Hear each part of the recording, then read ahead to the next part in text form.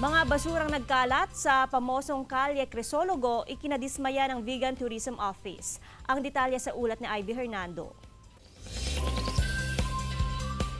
Napabilang bilang isa sa 7 Wonders of the World at UNESCO World Heritage Site ang Vegan City dahil sa mga napreserbang yaman nito.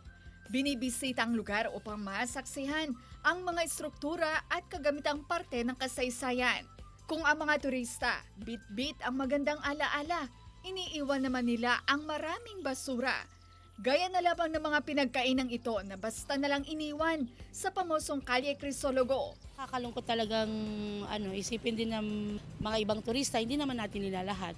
Pero I think it's their responsibility also na itapon sa tamang tapunan yung mga basura nila. May mga street sweeper ang lungsod at 2 beses umano kung maglinis sa isang araw.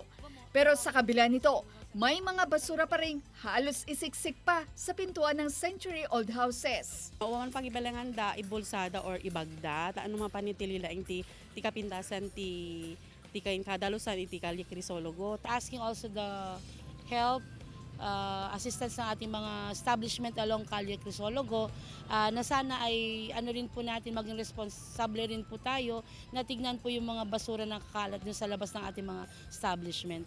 Ang Vegan Heritage Site ay tatak at mukha ng mga Pinoy, kaya sana raw ay ingatan at panatilihin ang kalinisan, lalo na't kinikilala ito sa buong mundo. Ivy Hernando para sa Mornings with GMA Regional TV.